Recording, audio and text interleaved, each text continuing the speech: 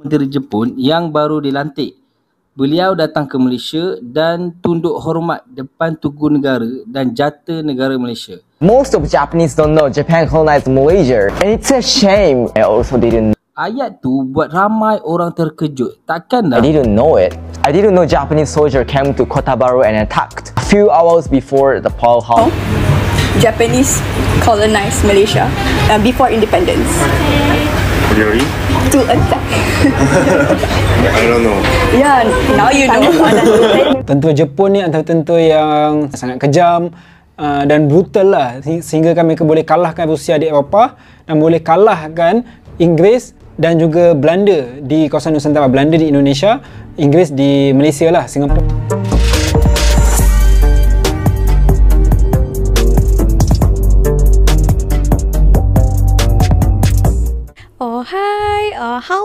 Hai semuanya, apa kabar teman-teman? Jumpa lagi bersama Sari di channel ini. Sari doakan dimanapun kalian berada tetap diberikan kesehatan ya, diberikan semangat, dan yang pastinya dipermudahkan segala urusannya. Oke, so teman-teman, di video kali ini saya terjumpa salah satu video. Gambar ini menunjukkan Perdana Menteri Jepun tunduk di depan Jata Negara Malaysia, tapi ramai yang tak tahu maksud di sebaliknya. Oke, so kita dengarkan macam mana penjelasannya. Lepas itu nanti kita akan bahas dan kita akan tonton juga beberapa video yang lainnya. Ternyata yang dulunya kita tahu kan, Jepun itu ataupun Jepang itu suka menjajah Malaysia dan juga Indonesia. Ternyata rakyat Jepun saat ini tuh mereka tak tahu pernah dulunya nenek moyangnya itu menjajah negara-negara orang. Oke, so kita tonton apa yang dikatakan mereka. So pastikan tonton video ini sampai akhir ya. Jom. Baru je viral gambar Perdana Menteri Jepun yang baru dilantik. Beliau datang ke Malaysia dan tunduk hormat depan Tugu Negara dan Jata Negara Malaysia. Ramai netizen kata ini macam simbolik dia nak mohon maaf atas dosa nenek moyang dia dulu. Tapi betul ke macam tu? Kebetulan pula beberapa minggu lepas ada satu video yang viral dari TikToker Jepun yang tinggal dekat Malaysia, iaitu Kazfula. Dalam video tu dia cakap, most of Japanese don't know Japan colonized Malaysia, and it's a shame. I also didn't. Ayat tu buat ramai orang terkejut. Takkanlah TikToker famous macam dia ni tak tahu apa-apa. Sedangkan beliau ni dah lama juga menetap dekat Malaysia. Tapi inilah realiti yang sebenar. Ramai rakyat Jepun hari ini memang tak tahu langsung sejarah penjajahan mereka di Asia. Sebab dalam sistem pendidikan Jepun, sejarah perang diajar dalam versi yang lembut. Buku teks sekolah mereka lebih fokus pada Hiroshima dan Nagasaki, kisah Jepun sebagai mangsa bom atom. Tapi mereka tak diajar secara mendalam tentang kekejaman tentera Jepun terhadap negara-negara lain, termasuklah tanah Melayu. Padahal masa tu ramai orang kita diseksa, dipaksa kerja, dibunuh tanpa belas kasihan. Tapi generasi Jepun hari ni ramai yang tak tahu langsung semua tu pernah berlaku. Sebab tu bila PM Jepun yang baru dilantik ni tunduk depan Tugu Negara, ramai yang rasa itu bukan sekadar protokol diplomatik, tapi macam simbol penghormatan atau mungkin juga satu tanda kecil mohon maaf. Sejarah ni mungkin dah lama berlalu, tapi pengajaran dia kekal. Bahawa bangsa yang hebat bukan bangsa yang sempurna, tapi yang berani mengaku silap dan menghormati masa lalu. Jemput follow TikTok saya, anda akan disajikan dengan konten isu semasa yang diulas dari POV yang berbeza. Most of Japanese don't know Japan colonized Malaysia, and it's a shame. I also didn't know by coming to Malaysia. マレーシアの人が教えてくれました。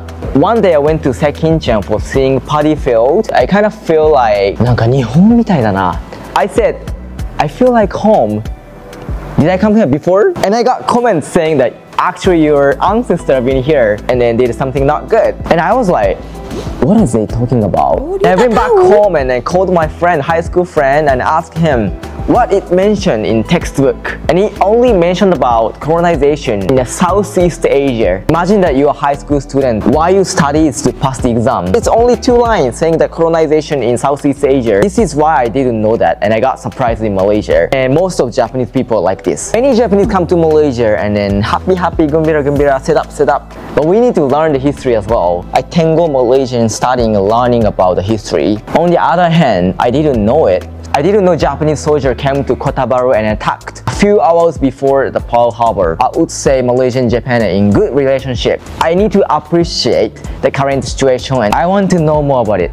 What I don't know, I want to know. Oke, nah tadi itu kedua video itu, yang video pertama itu Perdana Menteri Jepun tunduk depan jata negara, macam seolah-olah dia kan tahu histori yang dulu-dulu Jepun itu pernah menjajah Malaysia.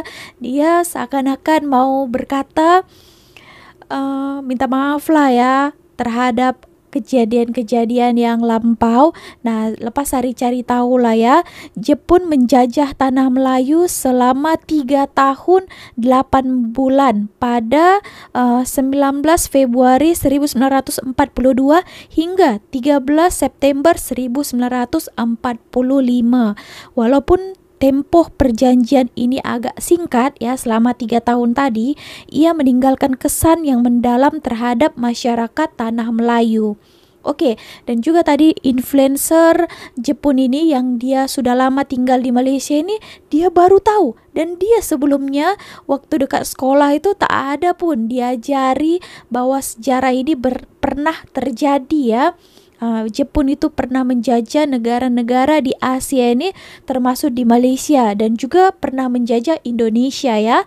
Nah, Jepun ini pun menjajah agak kejam juga ya. Dulu saya pun ada belajar sejarah pasal Jepun pernah menjajah Indonesia. Oke, tapi kita konteksnya ke Malaysia dulu ya. Seorang TikToker pun dia sampai di Malaysia ini, tadi dia katakan ya di dalam satu konten dia, ini macam home katanya gitu. Tapi ramai orang-orang Malaysia yang berikan komentar karena mereka tahu dia ini daripada Jepun. Nah, mulailah ya kan yang sejarah-sejarah dulu itu muncul kembali ke permukaan. Ternyata dia pun tidak tahu ya sejarah ini, padahal dia TikToker besar juga dan sudah lama tinggal di Malaysia. Dan saya tengok juga mostly orang Jepun yang di sana waktu sekolah pun tak tahu kejadian ini. Gimana menurut kalian? Boleh berikan komentarnya ya. Oke, kalau di Malaysia dulu ada diajari juga kan sejarah-sejarah lampau yang dulu negara-negara mana saja yang pernah menjajah negara Malaysia, mesti ada lah kan. Tapi kalau mereka yang menjajah ya kan, pura-pura tutup mata lah ya kan. Oke teman-teman, kita tonton video selanjutnya. Jom. Walaupun negara Jepun pernah menyerang kita sewaktu Perang Dunia yang Kedua, mereka ni ada pernah bagi hadiah kepada kita masa 31 Ogos 1957. Apa hadiahnya? Ni kerajaan Jepun bagi bunga api kepada negara kita sewaktu merdeka tahun 1957. Selain daripada bunga api, time tu juga negara kita menempah bendera Persekutuan Tanah Melayu ni khas daripada kilang kain di Jepun. Negara kita tempah sebanyak 75,000 helai bendera. Dan itulah salah satu fakta menarik tentang kemerdekaan negara kita. You know, Japanese colonized Malaysia before independence. Really? To attack. I don't know. Yeah, now you know. Saya memang tahu yang kalau orang Jepun ni, dia orang tak tahu yang dia orang pernah menjadi penjajah dan dia orang pernah jajah banyak kawasan dekat Asia. Tapi maksudnya generasi baru lah. Kau yang tak tahu kan ni Sian? Yes, should be. Sebab memang dalam silibus dia orang tak ada. Jadi reaction ni bila awak kata pernah jajah Malaysia ni, bila reaction ni tu macam mana? Rasa bersalah ataupun I don't know. Memang sangat confusing. Sebab memang kita orang ada macam sekatan dari segi bahasa jugalah. Sebab bahasa Inggeris dia tak berapa nak bagus. Okay. And saya pun tak erti bahasa Jepun. Dia memang mula-mula dia confused, tapi lama-lama dia faham. Dia pun macam oh ya ke? Ini saya cerita balik lah. Dia orang dulu datang naik basikal dari Kelantan. Tapi dia lepas kot. Dia tahu tak kita punya duit buat dia pokok pisang, lepas tu Jepun tulis kat situ kan. Ada tak soalan-soalan lain lagi dia tanya kat awak? Dia cuma tanya lagi macam apa yang berlaku masa keadaan tu lah, masa dia orang duduk selama 3 tahun setengah tu dekat Tanah Melayu. Tapi saya pun tak cerita dalam-dalam lah sebab susah nak cerita dekat dia orang tanpa saya takut nanti dia sakit hati ke, saya tersalah bahasa ke. Awak suka sejarah luar biasa betul. Jarang nampak anak-anak muda ni suka sejarah. Lebih arif tentang sejarah, semangat cintakan negara tu lagi tinggi kan? Ya, betul. Ada belajar tak berkaitan Jepun jajah Malaysia dalam sejarah Jepun? Ada, tapi sikit saja. Zaman sekolah saya belajar sikit-sikit, tapi adik saya belajar lebih. Ini memo yang adik saya tinggal kat rumah. Dia tulis tentera Jepun pergi Malaysia pukul berapa. Saya langsung tak tahu pasal ini. Saya baru tahu Jepun jajah Malaysia masa saya datang sini. Saya belajar daripada kawan-kawan Malaysia dan tentera Jepun buat apa kat sini. Dan saya menonton cerita 29 Februari.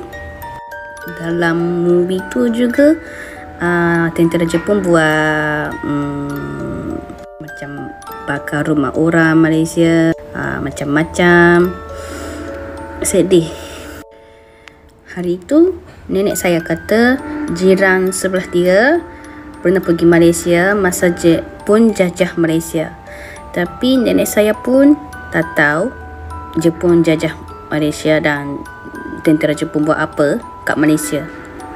Memang sejarah Jepun jajah Malaysia tu tak diajar dalam pendidikan Jepun.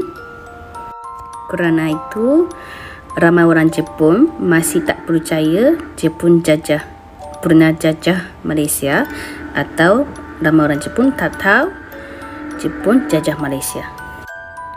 Kat Jepun kami belajar memang Hiroshima, Nagasaki kena atomic bomb daripada USA yang Jepun kena. Tapi orang Jepun juga buat hal dekat negara-negara lain. Itu pun kami kena belajar kan. Saya seorang bini kepada orang Malaysia. So memang saya pun kena belajar betul-betul dan kena ajar dekat anak-anak ke family Jepun saya. Itu tanggungjawab saya rasa. So, saya harap juga dalam pendidikan Jepun ajar tentang Jepun jajah Malaysia ke jajah mana-mana pun kena ajar betul-betul. Saya tahu sejarah itu pahit juga, tapi memang kami kena tahu. Terima kasih atas suara kamu. Oke teman-teman, nah itu tadi adalah sejarah ya, tapi sejarah pun kita harus tahu juga. Tapi ya mereka di sana tidak diajar yang dulu-dulu, tapi orang-orang yang sudah datang ke Malaysia ini mungkin melihat video-video macam ini, dan mungkin banyak juga teman-teman Malaysia itu memberikan komentar ya tentang sejarah-sejarah dulu. Ya mungkin mereka itu baru tahulah ketika sampai di Malaysia ini ya. Oke, so itu tadi ya teman-teman, sejarah memang biarlah menjadi sejarah, tapi itu memang sangat-sangat membekas juga terhadap orang-orang yang negaranya pernah dijajah dulu. Nah, di sini ada satu video lagi berkaitan dengan Jepun juga. Kita tonton videonya ya, tajuknya macam ini. Ini daripada channel ML Studio. Mana hilangnya tentera Jepun yang brutal? Oke, so kita tonton videonya. Tentera Jepun ni antara tentera yang sangat kejam dan brutal lah, sehingga kami boleh kalahkan Rusia di Eropah dan boleh kalahkan Inggeris dan juga Belanda di kawasan Nusantara. Belanda di Indonesia, Inggeris di Malaysia lah, Singapura. Jadi nampak kehebatan tentera Jepun tu masyhur lah di serata dunia. Tetapi kenapa pada hari ini, pada zaman moden, tentera Jepun punya nama tu macam dah hilang. Kita tahu tentera Amerika Syarikat, tentera China, tentera Rusia, tentera British, tapi ke mana hilangnya tentera Jepun? Okey, jadi zaman pemodenan Jepun ini digagaskan oleh Maharaja Meiji bermula pada tahun 1868. Jadi Maharaja Meiji yang pada ketika itu merupakan Emperor Jepun telah pun membuat satu revolusi lah, memajukan Jepun dan untuk menjadikan Jepun sebagai salah satu kuasa besar dunia pada ketika itu. Dan pada ketika itu kita tahulah dah ada Britain, dah ada Amerika, dah ada Soviet Union, Itali, Jerman, dan dia nak jadikan Jepun ni sebagai satu kuasa baru dari Asia untuk menjadi penakluk. Jadi Maharaja Meiji memodernkan, merevolusikan, dan salah satu wing yang dia perlu untuk berevolusi adalah dari segi ketenteraan ataupun military. Mereka telah bawa orang-orang terlatih ataupun well-trained soldiers daripada barat, daripada Amerika, daripada Britain. Mereka telah ambil rekrut dan untuk bekerja dengan kerajaan Jepun, yang mana mereka inilah yang supplykan dari segi technical knowledge, daripada segi strategi ketenteraan, strategi peperangan kepada askar-askar Jepun. Permulaan abad ke-20 iaitu sekitar tahun 1910-1900, Jepun telah mula menjadi suatu kuasa besar, telah mula berani untuk menyerang secara terang-terangan dalam pentas antarabangsa. Dan sebagai contoh adalah perang Sino-Japanese, iaitu perang yang melibatkan Jepun dan juga China yang berlaku pada tahun 1894 yang dimenangi oleh Jepun, dan kemudiannya diikuti oleh perang Rusia-Jepun yang berlaku pada tahun 1904 yang mana Rusia kuasa besar pada ketika itu telah tumbang di tangan tentera Jepun. Jadi orang Jepun pada ketika itu bukanlah Jepun sekarang yang dah berubah daripada segi fizik, yang kalau tengok Jepun, Korea sekarang dah mula jadi makin tinggi, badan makin besar. Dulu orang Jepun ni sebenarnya saiz kecil. In fact, masa dia tentera Jepun menyerang tanah Melayu ni pun, askar-askar British lagi besar, lagi tinggi daripada askar-askar Jepun yang kelihatan sangat-sangat pendek. Jadi kita boleh nampak sini macam mana hebatnya tentera Jepun ni telah pun dilatih untuk menjadi brutal, sehingga kan lawan di benua Eropah sekalipun menundukkan kuasa besar seperti Rusia ini tak ada masalah untuk tentera Jepun. Jadi kemudiannya pada tahun 1930 pada permulaan era inilah tentera Jepun telah pun buat satu tim bersama dengan tentera Jerman dan tentera Itali untuk membentuk kuasa paksi ataupun Axis Group untuk melawan tentera bersekutu oleh Amerika dan juga Britain. Berlakulah perang di antara dua kuasa besar ini. Jepun sebagai salah satu negara di dalam grup paksi itu telah pun mendominasi ataupun memilih untuk menakluk kawasan Asia, dan salah satunya sudah pastilah Malaya pada ketika itu, Singapura, Indonesia, Filipina, semuanya telah ditakluk oleh Jepun pada ketika era awal 1930-an. Semangat nasionalis terhadap Emperor ataupun Maharaja Jepun itu telah pun letakkan ke dalam masyarakat setempat. Jadi kita gunakanlah penggunaan bahasa Jepun, penggunaan duit daun pisang. Digunakan oleh Jepun untuk menjepunkan jajahan takluk mereka ini untuk tunduk kepada Maharaja Jepun. Perang Dunia Kedua tamat apabila pihak Amerika Syarikat menggugurkan bom atom ke Hiroshima dan Nagasaki, dan kesan daripada pengeboman itu, Jepun telah pun menyerah kalah di dalam Perang Dunia Kedua tersebut, dan bermula daripada saat itu mula hilang mengenai elemen ketenteraan Jepun. Pada tahun 1947, Amerika Syarikat yang telah melabel diri mereka menang ke atas Jepun telah pun menggesa Jepun untuk mendraft suatu draft perlembagaan mempunyai unsur ketenteraan, dan perkara ini telah jatuh di bawah Artikel 9, telah menghalang Jepun itu sendiri untuk ada satu military force untuk maintain land, iaitu darat, kemudiannya laut dan juga udara. Jadi yang dibenarkan hanyalah ketenteraan self-defense yang mana akan beroperasi apabila berlaku serangan ke atas Jepun. Jepun hanya boleh self-defense terhadap perkara-perkara berkenaan. Jika tidak ada, ketenteraan Jepun tidak boleh berfungsi seperti ketenteraan negara lain. Dan inilah yang pelik dan unik mengenai perlembagaan Jepun ini. Selepas mereka kalah, perkara ini dibawa sampai ke hari ini yang menunjukkan bahawa Jepun telah kalah dalam Perang Dunia Kedua, dan sejak perlembagaan ini telah pun dibuat, itulah saat pertama sikap brutal tentera Jepun ini dikuburkan. Jadi untuk mempertahankanlah orang kata domestic protection, Jepun telah pun dibantu oleh Amerika Syarikat yang sebelum itu mengebom Nagasaki dan Hiroshima. Amerika Syarikat telah membantu Jepun untuk menubuhkan National Police Reserve pada tahun 1950, yang mana Amerika Syarikat membantulah untuk supply daripada segi equipment senjata api dan sebagainya kepada pihak polis Jepun. Jadi nampaklah di sini Jepun rely kepada National Police Reserve berbanding dengan ketenteraan yang hanya boleh beroperasi untuk self defense saja berdasarkan berlandaskan kepada perlembagaan Jepun itu sendiri. Jadi secara rasminya ketenteraan Jepun ini ditubuhkan pada tahun 1954 selaras dengan perlembagaan Artikel 9 Perlembagaan Jepun yang menandakan bahawa militeri ini ataupun ketenteraan Jepun ini adalah ketenteraan Jepun pada era moden yang tidak mencerminkan keganasan, yang tidak mencerminkan bahawa betapa tidak berperi kemanusiaannya tentera Jepun ini sewaktu Perang Dunia yang Kedua. Dan nama rasmi kepada tentera Jepun era moden ini selepas ditubuhkan pada tahun 1950-an adalah Japanese Self-Defense Force. Turut terbagi kepada tiga pecahan, iaitu di darat bernama Ground Self-Defense Force, di laut Maritime Self-Defense Force, dan juga di udara Air Self-Defense Force, yang mana perkataan ini adalah terma rasmi untuk penjagaan keselamatan dan tidak dikenali dengan nama Military Force tetapi sebaliknya Self-Defense Force. Mereka tidak terlibat dengan mana perang antarabangsa kerana telah pun dicegah oleh perlembagaan mereka. Dan sebagai contoh, Perang Vietnam yang diserang oleh pihak Amerika Syarikat, pihak Amerika Syarikat telah pun menggunakan Japanese Self-Defense Force ini untuk maintain dari segi logistik mereka, seperti contoh minyak kepada kapal, alat-alat senjata api, telah menggunakan Japanese Self-Defense Force ini untuk buat maintenance kepada equipment mereka sebelum mereka menyerang Vietnam di Perang Vietnam. Ini adalah antara contoh bagaimana Japanese Self-Defense Force ini tidak terlibat secara langsung kerana telah pun dicegah oleh perlembagaan mereka sendiri.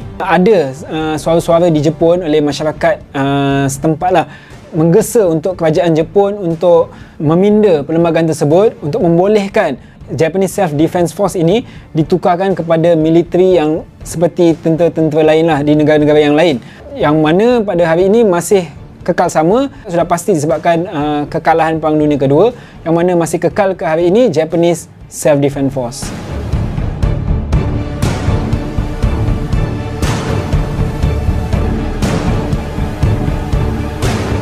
Oke teman-teman, nah itu tadi ya kisahnya. Mana hilang tentara Jepun yang brutal ya.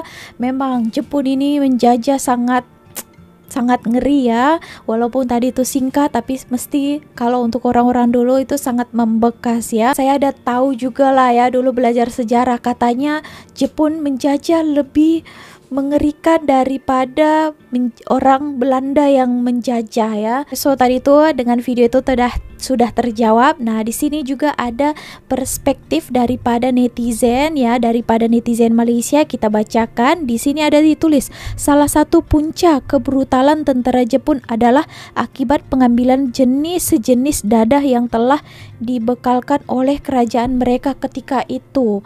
Oke. Pernah dengar sendiri dari arwah nenek aku yang keturunan seberang. Beliau ada cerita Jepun nih memang kejam berbanding Belanda. Betul kan? Pernah saya ada tengok juga, baca.